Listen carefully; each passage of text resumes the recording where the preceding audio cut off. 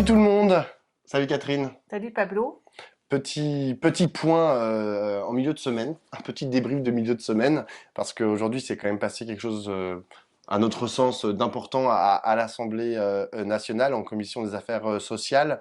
Le texte d'abrogation de la loi de réforme des retraites proposée par le groupe Lyotte, emporté par Charles de Courson. Maintenant c'est quelqu'un qui est connu dans le milieu et notamment à gauche, est passé à la commission des affaires sociales, après être passé à la commission des finances, où Éric Coquerel avait validé il avait accepté, voilà, il avait pas dit que ça posait des problèmes au nom de l'article 40, blablabla. Là, c'était en commission des affaires sociales, ça a commencé ce matin. Il y a 3 articles dans cette proposition de loi du groupe Lyotte, et l'article le plus important, c'est le premier, qui, en gros, disait qu'il fallait revenir à un âge de départ légal à la retraite à 62 ans. Cet article a été rejeté par une très courte majorité des membres de la commission des affaires sociales, à 2 voix seulement près. Il a été rejeté, et à la suite de ça, enfin, en fait, avant ça, les députés de la NUPES, notamment de la France Insoumise, avaient déposé 2000 amendements et sous-amendements pour, en gros, rester maître du temps de cette commission parlementaire. Pour résumer de façon très simple et peut-être même un peu simpliste, c'est euh, ils savaient qu'ils allaient être en difficulté pour avoir une majorité, et donc ils voulaient déposer ces amendements pour que, en gros, quand il y avait des députés de la majorité ou des majorités LR qui sortaient de la commission parce que ça aurait duré toute la journée, supprimer d'un seul coup tous les amendements et hop, passer au vote, et puis réussir à avoir une majorité sur le vote de chacun des articles. Ça, c'était dans un premier temps. L'article 1 a sauté parce qu'ils n'ont pas eu la majorité, et ensuite l'objectif des députés de la NUPES, membres de la commission, c'était de faire sauter les 2 autres articles, parce que s'ils arrivaient à faire sauter les 2 autres articles, alors le texte de la proposition de loi serait venu comme initialement pour le débat dans l'hémicycle, donc le 8 juin prochain. Le seul problème, c'est que la présidente de la commission des affaires sociales a rejeté tous les amendements et tous les sous-amendements, les 2000 amendements et sous-amendements, du coup empêchant la tactique de la NUPES et des Insoumis, ce qui du coup les a un peu mis dans la panade, et ils ont décidé de quitter la commission des affaires sociales. Voilà, en gros, pour résumer là où on en est, pour reprendre les mots de Mathilde Panot, encore une fois un coup de force démocratique et institutionnel, c'est-à-dire que effectivement, théoriquement, ils ont le droit. La présidente de la commission des affaires sociales a le droit de rejeter sans justification aucune des amendements. Là, en l'occurrence, elle a dit c'est de l'obstruction, donc je supprime tout. Elle a le droit de le faire. La question, c'est est-ce que, au nom de la démocratie, est-ce que c'est possible de le faire? Enfin, je veux dire, oui, c'est des armes qui existent dans la Constitution. J'ai envie de dire, hélas, mais est-ce que franchement, c'est le moment en fait d'empêcher à nouveau, un vote sur la question de la réforme des retraites? Là, on voit qu'on est dans une interprétation par, disons, les acteurs du groupe Renaissance de la présidente, etc., qui est extrêmement coercitif, puisque en fait, ils veulent interdire l'examen de cette proposition de loi au nom de l'article 40 qui dit qu'on n'a pas le droit d'engager de nouvelles dépenses. Le seul droit qu'on a, c'est d'utiliser, alors on s'est un petit peu renseigné là avant de faire le débrief auprès de nos amis députés.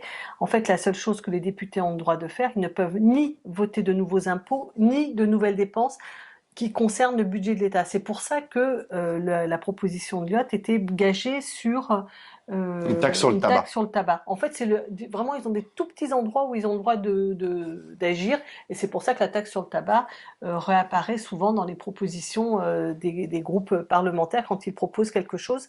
Et c'est ça qui fait que c'était rendu acceptable, puisqu'en fait, c'était équilibré avec cette taxe sur le tabac, et c'est un artifice en fait qui a été souvent utilisé par le passé. Et cette fois-ci, ben, ça n'a pas été accepté. Donc on voit que quelque chose qui a été finalement un usage est refusé, que la présidente du groupe de la commission des affaires sociales s'autorise à retirer tous les amendements, et que Yael Braun-Pivet va très probablement faire jouer donc l'article 40 qui va empêcher le vote sur cette proposition de loi Lyotte, qui est une niche parlementaire, encore une fois. Donc la journée dans l'année accordée au groupe Lyotte, comme à chaque groupe, pour proposer une loi, eh ben, cette niche-là ne sera pas effective.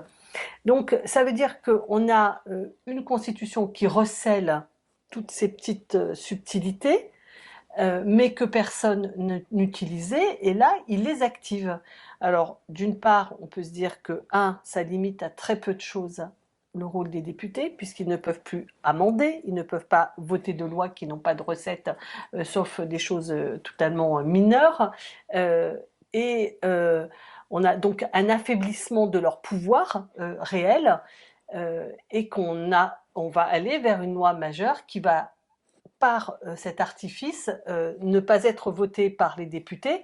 Donc on a une pratique des institutions qui le permet, ça reste dans le cadre des institutions, mais qui est extrêmement pernicieuse, quoi. Et là, on est en train d'ouvrir toutes les boîtes, de créer des précédents. Bah, on peut se dire que ceux qui vont arriver après pourront continuer de s'en servir. C'est-à-dire que c'est quelque chose d'extrêmement grave pour le temps présent, extrêmement grave pour les interprétations futures qui pourraient en être faites. Et ça montre qu'on est devant un affaissement de la culture démocratique par ceux qui ont le pouvoir, de la pratique démocratique par ceux qui ont le pouvoir, et que là, on est vraiment, on est au bout du bout, quoi. Mais c'est pas qu'un problème de changer la Constitution. C'est ça que je veux dire, c'est que c'est aussi une pratique des institutions qui est juste hallucinante, et en plus qui crée des précédents. La question, c'est qu'est-ce que ça pourrait provoquer? On se souvient de ce qu'avait provoqué l'utilisation du 49.3, et donc l'absence de vote, une adoption sans vote de la réforme des retraites. Est-ce que là, l'utilisation probable de l'article 40 pour empêcher un vote sur cette proposition de loi Lyotte va provoquer dans la société, chez les Français et les Françaises, la même réaction épidermique dans la rue, c'est-à-dire se dire, bon bah si elle utilise... Alors, il y a la journée de mobilisation du 6, il faut le rappeler, le mardi 6 juin, il y a une grande mobilisation intersyndicale qui était vue stratégiquement comme étant la possibilité de faire pression sur les parlementaires qui, 2 jours plus tard, allaient voter sur la proposition de loi Lyotte. Le truc, c'est que s'il n'y a pas de vote 2 jours après, qu'est-ce qu'on va faire? On va encore se dire, ah bon, bah voilà, on a perdu. Enfin, à chaque fois, comme tu dis, ils utilisent que des petites subtilités, pardon, pour faire des énormes vacheries, parce que en vérité, c'est ce qui arrive. C'est ça qui est très pernicieux. C'est-à-dire que, en vérité, ils utilisent des armes qui sont des armes mineures. Enfin, on n'a pas l'impression que c'est grand-chose quand même. Le fait que elle empêche le dépôt de sous-amendements en commission des affaires sociales, on se dit bon, c'est pas non plus extraordinaire, enfin, genre, je veux dire, ça, on n'est pas sur on peut toujours voter à la présidentielle, tu vois. S'ils empêchaient le vote à la présidentielle et qu'ils me disaient bon bah le prochain président, je sais pas, c'est lui, là on se dirait ah bah non, là c'est vraiment la dictature. Là, c'est beaucoup plus pernicieux, c'est vraiment ils avancent avec des petits trucs, mais derrière, encore tu as tout à fait raison de parler de culture démocratique.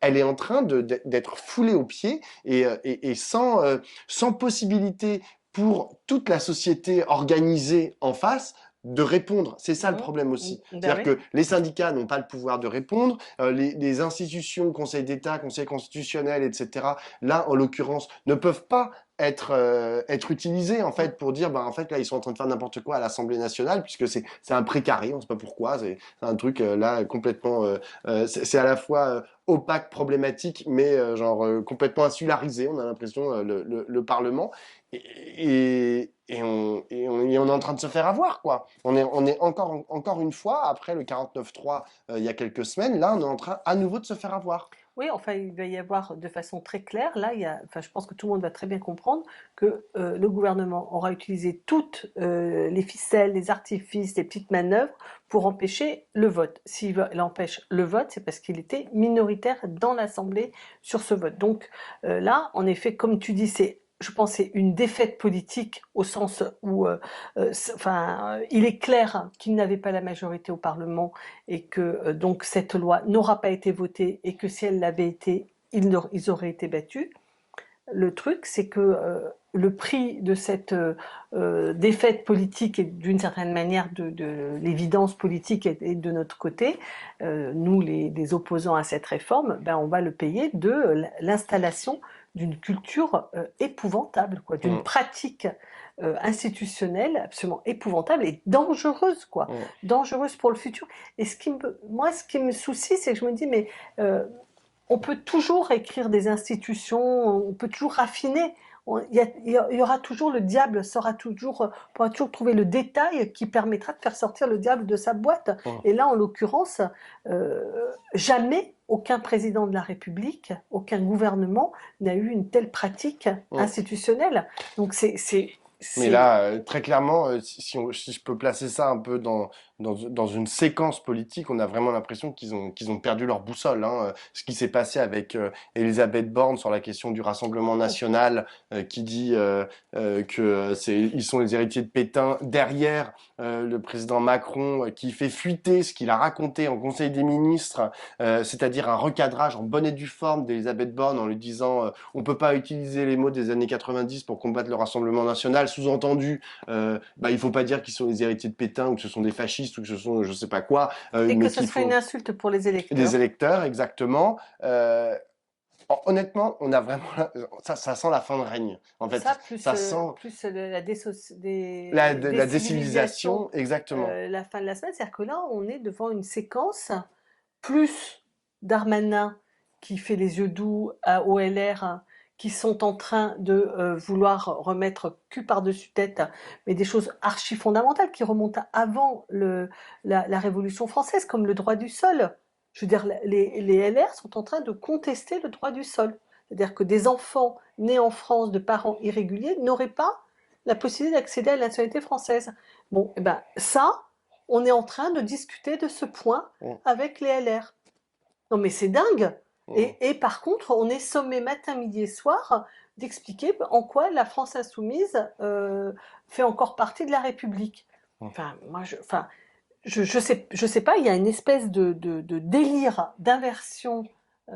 Voilà, on peut pas dire que Pétain, que le RN fait partie des héritiers. Les héritiers, ça veut pas dire qu'ils sont exactement des pétainistes, mais ils s'originent bien dans cette histoire-là.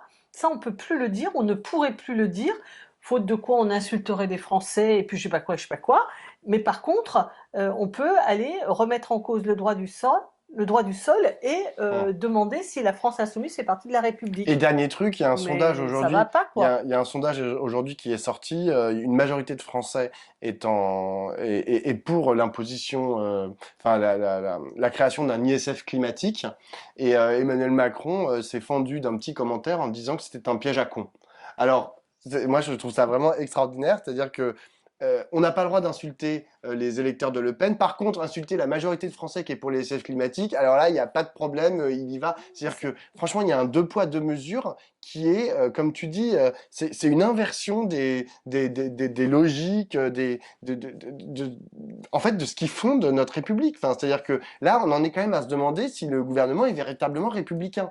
Euh, ce qui républicain au sens de culture républicaine. C'est Ouais, important ce que ouais, tu as ouais, dit. ouais. C'est-à-dire que oui, il respecte les règles, tout ce que tu veux, machin, ils respectent peut-être les lois, pas toujours, mais enfin, la plupart du temps, ils respectent les lois. Mais merde, c'est pas que ça. Il y a une Mais on culture qui est en discute train de de sortir disparaître. de la Commission des droits de l'homme européen, on Mm, discute de la possibilité de faire un référendum sur l'immigration. Enfin, non mais c'est dingue. mm. Bon, là, Va falloir se réveiller, ouais, les gars. Enfin, ouais, sérieusement, non, mais mais oui, en fait, là, à chaque fois, on le dit. Ça fait 10 ans que j'observe la vie politique française. À chaque fois, on dit, bon bah là, on est au pied du mur, hein. Ah bah là, on est au pied du mur. Mais là, on commence vraiment à y être, quoi. Et on va vraiment être au bord de la falaise. Et le pas d'après, c'est la chute, quoi. Et genre, c'est-à-dire, c'est vraiment la remise en question. En fait, la remise en question sans arrêt plus profonde, en fait, de ce qui fonde bon, la d'accord. République et notre humanité.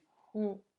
Oui, je sais pas comment. Enfin, le problème, c'est que je vois pas du tout par quel bout on va prendre le truc, hein, parce que euh, on est devant une difficulté de pensée stratégique politique majeure. Et puis on se demande quand est-ce que les gens vont dire non, quoi. Enfin, ne pas accepter ça. Tu vois, Charles de Courson est devenu notre héros parce que c'est d'un seul coup, on se dit, tiens, ce type inattendu se réveille et dit non. Alors, bon, Yael Gauze sur France Inter ce matin a fait un éditorial, waouh, il a envoyé du bois. Peut-être que d'autres, enfin, peut-être qu'il va y avoir un petit Mmh, sursaut au-delà de la gauche, quoi. Mais que c'est une question qui ne concerne pas que la gauche cette fois-ci. mmh. Ben, à suivre, Ouais, à suivre dans les semaines à venir. On rappelle, il y a quand même une grosse mobilisation à enfin, l'appel de l'intersyndicale le mardi 6 juin prochain. ouais, il y a un appel à une grande Oui, mobilisation. exactement. On va On voir va si elle voir, sera on grosse. verra On comment. l'espère. En tout cas, nous, on Voilà, y sera. on y sera. Et Ciao, ben, on se ciao. retrouve ce week-end.